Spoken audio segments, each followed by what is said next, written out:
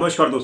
दोस्तों मैं एडवोकेट परवेश कुमार स्वागत करता हूं एक बार फिर से आप सबका आपके अपने चैनल कानून टुडे सुपरफास्ट में। तो यदि आपकी पत्नी ने आपके विरुद्ध घरेलू हिंसा अधिनियम 2005 में या कह लें कि डीवी एक्ट में कोई कोर्ट केस आपके विरुद्ध दर्ज करवाया हुआ है, और दोस्तों यदि आप यह जानना चाहते हैं कि कब एक पति अपनी पत्नी को डीवी एक्ट के कोर्ट केस में खर्चा देने के लिए, इंटरिम मेंटेनेंस देने के लिए या कह लें कि मॉनेटरी रिलीफ देने के लिए बाध्य नहीं है, दोस्तों आज के इस वीडियो में हम आपको जानकारी देंगे माननीय दिल्ली हाईकोर्ट के द्वारा डीवी एक्ट के केस में सुनाए गए एक महत्वपूर्ण फैसले के बारे में। जी हां दोस्तों, माननीय दिल्ली हाईकोर्ट के द्वारा दमनप्रीत कौर बनाम इंदरमीत जुनेजा के मामले में अपील में सुनाई के दौरान माननीय दिल्ली हाईकोर्ट के द्वारा डोमेस्टिक वायलेंस एक्ट 2005 के मामलों में एक महत्वपूर्ण फैसला पतियों के हक में सुनाया गया है। जी हां दोस्तों यदि माननीय दिल्ली हाईकोर्ट के द्वारा सुनाए गए इस फैसले का हवाला यदि एक पति के वकील साहब के द्वारा कोर्ट में दिया जाता है तो इस बात की पूरी संभावना है कि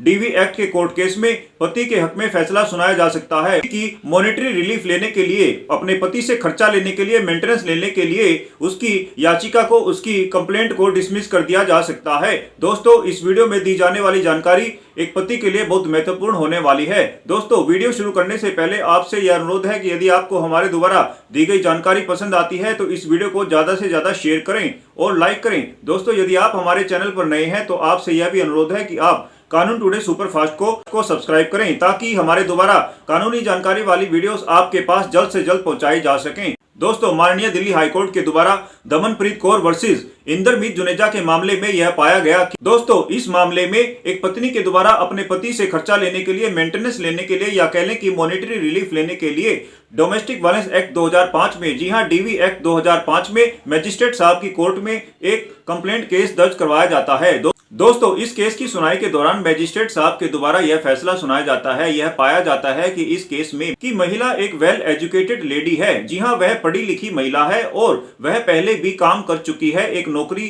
एक जॉब कर चुकी है जिसमें कि वह महिला 50,000 रुपए महीना सैलरी लिया करती थी। जी हां हर महीने वह महिला 50,000 सैलरी लिया करती थी। दोस्तों इस मामले में मजिस्ट्रेट साहब के द्वारा उस महिला की डीवी एक्ट की कंप्लेंट को डिसमिस कर दिया जाता है, निरस्त कर दिया जाता है। दोस्तों मजिस्ट्रेट साहब के फैसला दिया जाता है कि क्योंकि वह महिला एक पढ़ी लिखी महिला है, एक वेल एजुकेटेड लेडी है। मजिस्ट्रेट साहब के द्वारा यह भी कहा जाता है कि क्योंकि वह महिला पहले एक प्राइवेट कंपनी में नौकरी करती थी, एक जॉब करती थी जहां पर वह महिला 50,000 रुपए महीना सैलरी लेती थी। दोस्तों मजिस्ट्रेट साहब के द्वारा इस आधार पर महिला की अपने पति से खर्चा लेने के लिए, मॉनेटरी रिलीफ लेने के लिए दाखिल की गई डोमेस्टिक वायलेंस एक्ट 2005 के अंतर्गत कंप्लेंट केस को निरस्त कर दिया जाता है, डिसमिस कर दिया जाता है। दोस्तों इस केस में जज साहब के द्वारा उस महिला की 3.5 साल की बेटी को भी उसके पिता से, जी हां उस महिला के पति से खर्चा दिलवाने के आदेश नहीं दिए जाते हैं। दोस्तों इस मामले में सुनवाई के दौरान जज साहब के द्वारा यह कहा जाता है कि यदि कोई महिला अपने पति से खर्चा लेने के लिए डोमेस्टिक वायलेंस एक्ट में कोई कंप्लेंट केस दर्ज करवाती है तो ऐसे में कंप्लेंट केस में, जी हां कंप्लेंट केस को दर्ज करवाने से पहले उस महिला को यह चाहिए था, ऐसे में उस महिला को यह चाहिए था कि उसे अपने 3.5 साल की बेटी को भी पेटिशनर के रूप में उस कंप्लेंट केस में उसका नाम दर्ज करवाया जाना चाहिए था, क्योंकि दोस्तों उस महिला के द्वारा अपने 3.5 साल की बेटी को पेटिशनर के तौर पर उस कोर्ट केस की कंप्लेंट में नाम दर्ज नहीं करवाया जाता है। इस आधार पर मजिस्ट्रेट साहब के द्वारा जहां उस महिला को, उस पत्नी को उसके पति से खर्चा दिलवाने का कोई आदेश पारित नहीं किया जाता है, वहीं मजिस्ट्रेट साहब के द्वारा उसकी 3.5 साल की बेटी को भी उसके पिता से खर्चा दिलवाने के कोई आदेश पारित नहीं किए जाते हैं। मजिस्ट्रेट साहब के द्वारा यह कहा जाता है कि वह इस मामले में उस 3.5 साल की बेटी को भी खर्चा दिलवाने के लिए कोई ऑर्डर, कोई आदेश पास नहीं कर सकते हैं, क्योंकि उस महिला के द्वारा अपनी 3.5 साल की बेटी को पेटिशन के तौर पर उसका नाम डीवी एक्ट की कंप्लेंट में दर्ज नहीं करवाया गया था। दोस्तों मजिस्ट्रेट साहब के द्वारा क्योंकि उस महिला की डोमेस्टिक वायलेंस एक्ट की कंप्लेंट को डिसमिस कर दिया जाता है, निरस्त कर दिया जाता है।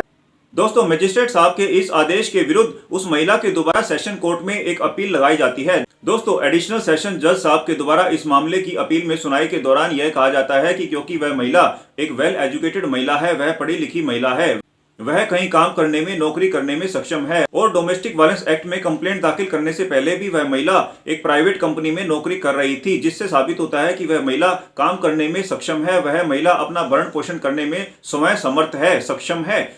वहीं दोस्तों एडिशनल सेशन जज साहब के द्वारा यह भी कहा जाता है कि क्योंकि उस महिला के द्वारा उसकी 3.5 साल की बेटी को पार्टी के रूप में, जी हां पेटिशनर के रूप में डोमेस्टिक वायलेंस एक्ट की कंप्लेंट में नाम दर्ज नहीं करवाया गया था, लेकिन दोस्तों इस आधार पर उस महिला की 3.5 साल की छोटी बेटी को उसके पिता से खर्चा लेने के लिए वंचित नहीं किया जा सकता है। दोस्तों इस मामले में एडिशनल सेशन जज साहब के द्वारा उस महिला की 3.5 साल की बेटी को उसके पिता से 10,000 रुपए महीना, जी हां 10,000 रुपए महीना, जिस तारीख से वह डोमेस्टिक वायलेंस एक्ट की कंप्लेंट डाली गई थी, जी हां दोस्तों, from the date of filing of the DV act complaint,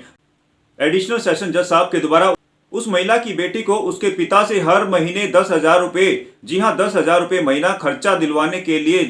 जी हां मेंटेनेंस दिलवाए जाने के आदेश पारित कर दिए जाते हैं। दोस्तों इस मामले में एडिशनल सेशन जज साहब के द्वारा सुनाए गए फैसले से जहां उस महिला को कुछ राहत महसूस होती है, वहीं वह महिला चाहती है कि एडिशनल सेशन जज साहब के द्वारा उस पत्नी को भी उसके पति से खर्चा दिलवाया जाना चाहिए था। दोस्तों इस आदेश की अपील भी वह महिला दिल्ली हाईकोर्ट में कर देती है। दोस्तों माननीय दिल्ली हाईकोर्ट के द्वारा इस मामले के सभी तथ्यों को गहनता से देखा जाता है। दोस्तों दोनों पक्षों को सुन लेने के बाद दोस्तों इस पूरे मामले में फैसला सुनाए जाने से पहले माननीय दिल्ली हाईकोर्ट के द्वारा यह कहा जाता है कि क्योंकि उस महिला के द्वारा डोमेस्टिक वायलेंस एक्ट में जब डीवी एक्ट की धारा 23 के अंतर्गत मॉनेटरी रिलीफ लेने के लिए अपने पति से खर्चा लेने के लिए जब एक एप्लीकेशन लगाई जाती है, तो ऐसे मामलों में एक महिला को उसके पति से खर्चा दिलवाने से पहले, जी हां मेंटेनेंस दिलवाने से पहले कोर्ट को यह देखना होता है कि क्या वह महिला पूरी तरह अपने पति की कमाई पर, अपने पति की इनकम पर निर्भर है, क्या वह महिला पढ़ी लिखी नहीं है, क्या वह महिला कहीं काम करने में असमर्थ है, क्या वह महिला कहीं नौकरी नहीं कर सकती है। दोस्तों इस मामले में माननीय दिल्ली हाईकोर्ट के द्वारा भी यह फैसला सुनाया जाता है कि क्योंकि इस मामले में एडिशनल सेशन जज साहब के द्वारा यह फैसला दिया गया था कि क्योंकि वह महिला पूरी तरह काम करने में सक्षम है, वह महिला वेल एजुकेटेड लेडी है, वह महिला पूरी तरह शिक्षित है, ऐसे में वह महिला अपना भरण पोषण करने में समय समर्थ है। जी हां वह महिला अपना भरण पोषण करने में पूरी तरह समर्थ है, सक्षम है। दोस्तों माननीय दिल्ली हाईकोर्ट के द्वारा भी यही कहा जाता है, यही दोहरा दिया जाता है कि इस मामले में एडिशनल सेशन जज साहब के द्वारा जो फैसला पति के हक में दिया गया था, जिसमें उस पत्नी की अपने पति से खर्चा लेने के लिए, जी हां डीवी एक्ट में अपने पति से मॉनेटरी रिलीफ लेने की एप्लीकेशन को निरस्त कर दिया जाता है, डिसमिस कर दिया जाता है। दोस्तों माननीय दिल्ली हाईकोर्ट के द्वारा यह भी कहा जाता है कि क्योंकि एडिशनल सेशन जज साहब के द्वारा उस महिला की 3.5 साल की बेटी को उसके पिता से हर महीने 10,000 रुपए महीना खर्चा लेने के आदेश दे दिए गए थे, वह आदेश भी बिल्कुल सही दिए गए थे, बिल्कुल ठीक दिए गए थे। दोस्तों इस वीडियो में हमने जाना कि कोई महिला अपने पति से डीवी एक्ट में, जी हां यदि कोई महिला डीवी एक्ट के कोर्ट केस में अपने पति से मॉनेटरी रिलीफ लेना चाहती है, खर्चा लेना चाहती है, मेंटेनेंस लेना चाहती है, तो ऐसे में जब कोई महिला वेल एजुकेटेड हो, पूरी तरह पढ़ी लिखी हो, कहीं नौकरी करने में सक्षम हो, तो ऐसे मामलों में एक पत्नी अपने पति से खर्चा नहीं ले सकती है। वहीं दोस्तों इस मामले में माननीय दिल्ली हाईकोर्ट के द्वारा यह भी कहा जाता है कि क्योंकि वह महिला एक 3.5 साल की बेटी की मां है, ऐसे में वह 3.5 साल की बेटी अब स्कूल जा सकती है, ऐसे में वह महिला अपनी 3.5 साल की बेटी को स्कूल भेज सकती है और कहीं नौकरी, कहीं जॉब की तलाश कर सकती है। वह महिला अपना भरण पोषण करने में सक्षम है क्योंकि वह महिला पढ़ी लिखी महिला है, वेल एजुकेटेड लेडी है। दोस्तों कानून की जानकारी वाले ऐसी वीडियोस पाने के लिए आपसे अनुरोध है कि आप कानून टुडे सुपरफास्ट को सब्सक्राइब करें। धन्यवाद।